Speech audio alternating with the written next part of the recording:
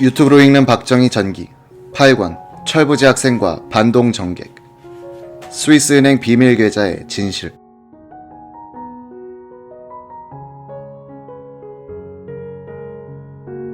(1960년대) 기름과 관계된 사업을 말할 때 빠뜨려서는 안 되는 인물이 서정귀다.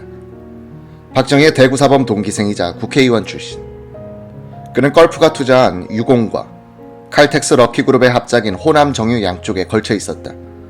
1966년에 럭키그룹이 호남정유 사업권을 따내는 데 결정적인 역할을 한 것이 서정귀였다. 그는 한때 흥국상사라는 석유 판매 회사를 세워 유공에 벙커 CU를 팔았다.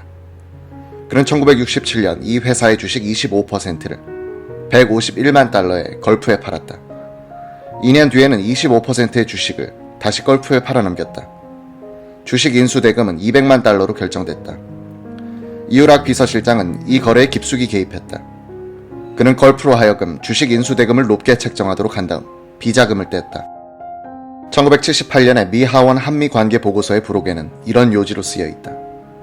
이후락은 걸프 측에 대해 주식 매입 대금 200만 달러 중 20만 달러를 떼어내 박 대통령의 미국 방문 경비로 건네줄 것을 요청했다.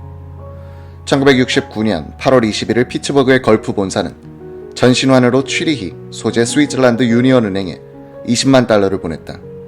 수취인은 서정귀였고 계좌번호는 625-965-60D였다.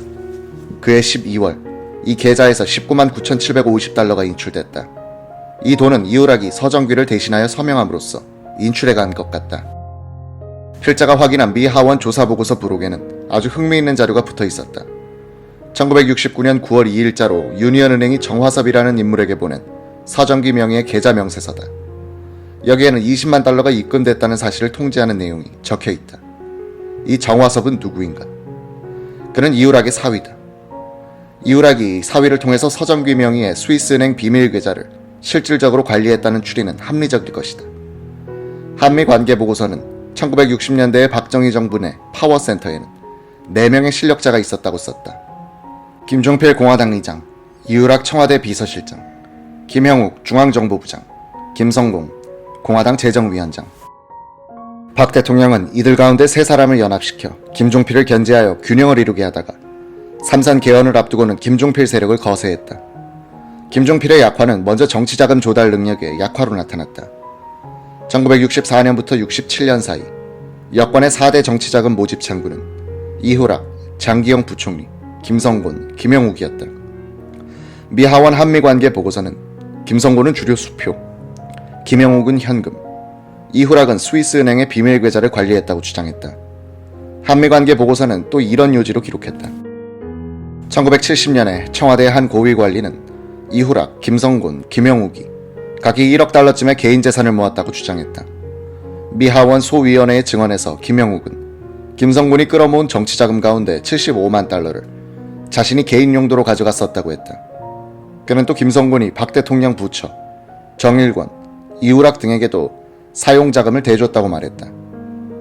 박 대통령에게 제공된 자금에 관하여 본 소위원회가 여러 자료들을 종합하여 판단해 볼 때 이우락은 이 자금을 모아가지고 스위스 은행 계좌에 대통령용이라는 명목으로 입금했을 가능성이 있다.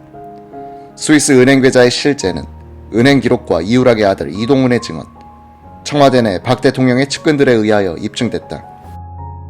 이동훈은 소위원회 조사관에게 스위스 은행에 있는 돈은 대통령을 위한 자금이라고 했다. 그는 또 이우락이 이 자금을 관리하였으나 이우락의 개인 용도는 아니라고 말했다. 그는 또 일본의 아버지의 돈으로 200만 달러를 은행에 예치하고 있었다고 말했다. 박 대통령이 그런 비밀 자금을 필요로 했던 이유에 대해서 그는 지지자들에게 돈을 주고 정적들을 매수하기 위한 것이었다고 했다. 미국 정부의 어느 보고에는 거의 모든 야당 국회의원들이 돈을 받았다고 한 한국 기업인의 말이 실려 있다. 이 실업인은 대통령이 군부의 배신을 두려워한 나머지 1970년대에 들어와서는 더 많은 돈을 육군의 핵심 지휘관들에게 주고 있다고 한다. 박 대통령은 가난한 소장농의 아들로 태어나 청렴한 장교 생활로 일관하면서 정치인과 군 장성들의 부정부패에 분노했던 사람이다. 소박한 박 대통령은 정권을 유지하기 위하여 정적, 지지자, 군 지휘관들을 상대로 돈을 써야 하고 그 돈을 만들기 위하여 기업인들에게 온갖 이권을 제공해야 하는 현실 속에서 고민했다. 그런 돈을 만드는 데 중심 역할을 한 이후락, 김성곤 등 측근들은 자금 동원력을 이용해서 한층 영향력이 커졌다. 박 대통령은 이들을 못마땅하게 생각하면서도 정권 유지, 나아가서는 삼선 개헌을 위해 이들의 협조가 절대적으로 필요하다는 점을 알고 있었고 그들이 정권 비자금을 모집, 관리하는 것을 눈감아 주었다. 박 대통령은 막대한 정치 자금이 필요한 원인이 민주주의 때문이라고 생각했다. 선거를 위해 돈이 필요하고 선거 조직으로서의 정당 유지를 위해 또 돈이 드는 것에 대하여 박정희는 문제의식을 느끼고 있었다. 이런 문제의식에서 그는 유신 선포를 결심하게 된다. 이는 민주주의의 부작용인 부정부패를 일소하기 위해서 정치 자유를 제약한 셈이다. 1966년 어느 날 육군 방첩부대장 윤필용 준장은 유경수 여사의 부름을 받고 그녀의 오빠인 유긴수 의원의 집으로 달려갔다. 윤 장군은 사단장 박정희를 참모로 모실 때부터 유경수와 친면이 있었다. 유경수는 우리 두 사람이 만난 것을 각각해서 몰라야 한다면서 이렇게 하소연하더란 것이다. 김모, 이모, 장모, 박모 이런 사람들이 하는 짓을 보고 있으면 이 나라가 망해야 하는데 그래도 농촌에 가면 아이들의 옷차림이 점점 좋아지고 있는 것은 웬일입니까? 사모님, 우리가 동남아로, 월남으로 진출을 많이 해서 국력이 신장되고 있어. 한두 사람이 부정을 해먹어도 표가 안 납니다. 윤 장군님, 이건 절대로 여자의 시샘에서 하는 이야기가 아닙니다. 가깝게 여자를 소개하면 소개했지. 왜 꼭 말썽날 탤런트들을 소개합니까?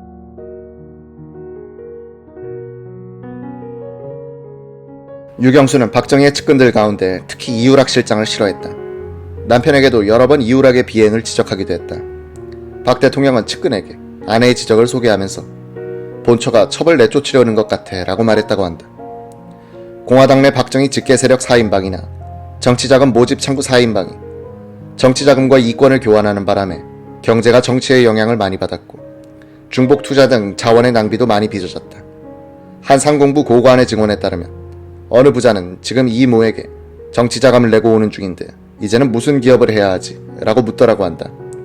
상공부 고관은 기업이 잘 되지 않아도 국가에 손해를 덜 끼치는 시멘트업을 그에게 권했다.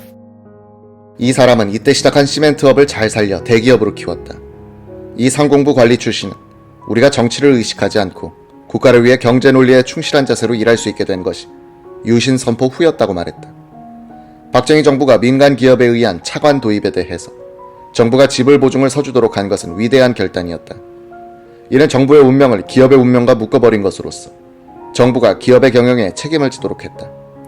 기업이 부도나면 정부도 함께 부도난다는 절박감이 박정희와 관료들을 몰아붙였다. 반면 차관 도입은 그 자체로서 돈이 되는 특혜였다. 차관 도입을 허용해주고 그 기업으로부터 일정률의 정치 자금을 떼는 것은 정계 실력자들의 일이었다. 나중에는 차관을 도입하여 이익을 내면 정치자금을 바치는 식으로 개선됐지만 차관이 들어오기도 전에 정치자금을 떼는 관례는 정경유착의 표본처럼 됐다. 1966년에 발생한 삼성그룹 계열 한국비료에 의한 밀수 사건은 박정희 정권의 깊은 곳에서 형성돼 가던 부패구조의 일단을 드러낸 것이었다. 이 사건은 또 재벌과 정권 및 언론이 이권에 얽혀드는 과정을 극명하게 보여준 사례였다. 문제는 당시의 언론 보도와 수사는 이 사건의 진실과 본질을 건드리지 못했다는 점이다. 1966년 8월 하순 경향신문 편집국장 김광섭은 친지의 결혼식장에 늦게 도착해 앞마당에서 머물다가 이상한 이야기를 들었다. 한국의 대재벌이 그럴 수가 있어. 밀수라니 말이 돼. 밀수까지 해서 치부해야 된다니 나도 사업하는 사람이지만 암만 해도 알 수 없어. 대화를 나누던 사람들이 김 국장에게 의견을 물었다. 김 국장은 얼떨결에 글쎄 말이야 라고 되받았다. 그는 사실인 것 같은데 어째서 모든 신문들이 기사를 쓰지 않을까 하고 궁금해했다. 그 길로 회사로 돌아온 김 국장은 오후에 열린 편집회의를 주관하면서 10여 명의 부장들에게 확인해보기로 했다. 난 오늘 이상한 말을 들었습니다. 어느 재벌인지는 모르겠으나 재벌이 밀수를 했다가 들통이 났다는 겁니다. 여러분은 혹시 그런 이야기나 비슷한 말을 들은 일 없습니까? 회의장 분위기는 이상할 만큼 무거운 침묵으로 채워졌다고 한다. 김 국장은 틀림없는 사실인데 우리 신문 기자들만 모르고 있는 것 같으니 좀 더 알아봅시다 라며 격려했다. 매일 오전 오후 두 차례씩 회의가 열릴 때마다 김 국장은 똑같은 질문을 되풀이했고 부장들은 국장의 말에 대답이 없었다.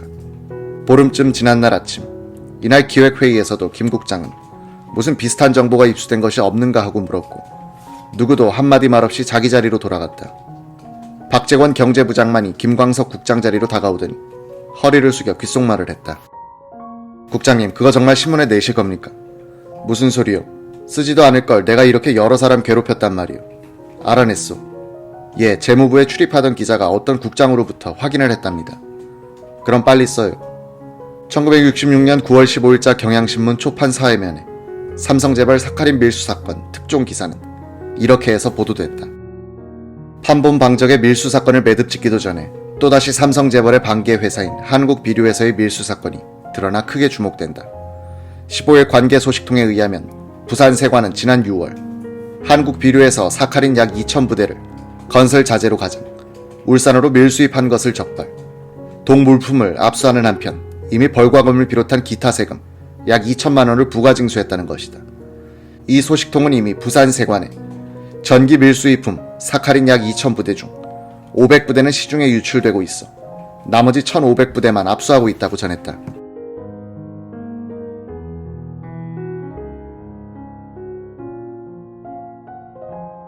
이날 석간신문인 경향신문 가판이 시내에 배포된 지 2시간 뒤에 동아일보 석간이 서울 배달판에 여타 조간신문들은 다음날 아침부터 일제히 보도하기 시작했다.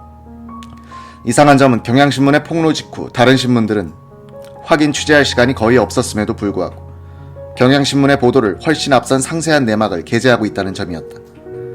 심지어 경향 측이 사카린 밀수로 표기한 것을 다른 신문들은 사카린의 원료 OTS의 밀수로 적시하는 것은 물론 밀수 경로까지 상당히 구체적으로 즉각 보도하기 시작했다. 단 중앙일보만이 사카린 밀수 사실과 다르다는 제하에 기사와 사설을 실었을 뿐이었다. 며칠 뒤 김 국장은 지방신문처를 뒤적이다가 진주에서 발행하던 경남일보가 5월 29일자로 삼성재벌의 사카린 밀수 사건을 다뤘음을 발견하고 아연 실색했다. 김광석 당시 편집국장은 최근 필자에게 이런 증언을 했다. 경향신문은 확인됐다는 정도만 건드린 기사에서 톱기사로서는 불만스러울 정도로 내용도 빈약하고 기사 크기도 작았습니다. 그런데 뒤에 나온 다른 신문들은 우리 신문보다 깊게 좀 더 자세히 다루고 있었습니다. 그들은 이미 내막을 알고 있었지만 기사화하기엔 찜찜하니까 누군가가 터뜨려주기를 기다린 겁니다. 그러니까 저만 모르고 특종이라 생각하고 기사화한 것이었죠. 경향신문 김광석 편집국장은 이 폭로 기사를 사주와 상의 없이 냈다고 하여 한 달 뒤 편집 고문이란 한직으로 발령받았다. 한국신문윤리위원회는 11월 16일자 신문에 이런 요지의 경고문을 발표했다.